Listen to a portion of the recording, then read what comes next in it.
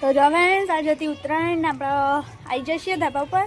તો જો સૌથી પહેલાં હર હર મહાદેવ, ગુડ મોર્નિંગ અને હેપી મકર સંક્રાંતિ અને હેપી ઉત્તરાયણ.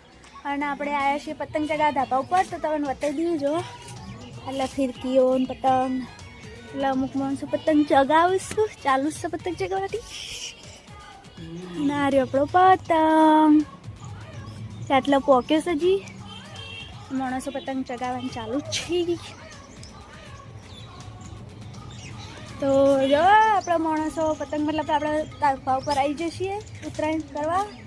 તો મળીએ થોડીક વાર રહીને કારણ કે આપણે નાસ્તો બાસ્તો કરીને ધાબા ઉપર આવી જઈએ છીએ. તો હવે મળીએ થોડીક વાર રહીને. તો ઘડી આવજો, બાય બાય, મળીએ થોડીક વાર રહીને. હા તો જો એટલે તો પતંગ ચગી જશે આપણો.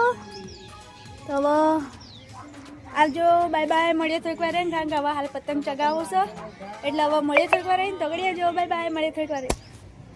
ચાલો માણસો પતંગ ચગાવું અમે ફિરકી પકડીને બેહ્યા છીએ. કાર્તિક શું કરે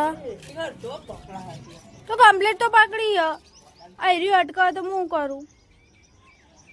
તો જો ગાઈસ આપણે ફિરકી પકડી તો અને માણસો ગુસ્સો કરે ને પતંગ ચગાવે એક તો હાલતો નહીં લે બસ હવે નહીં રમતો. તો જો એટલે આપણે પતંગ ચગી ગયો. પતંગ તો દેખાતો નહીં લે. તો જો ગાઈસ એટલે માણસો પતંગ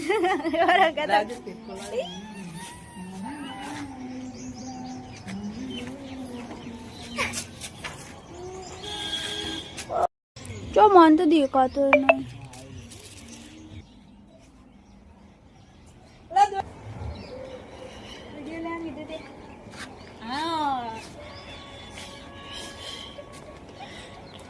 ડોળા ને ચેક કરે.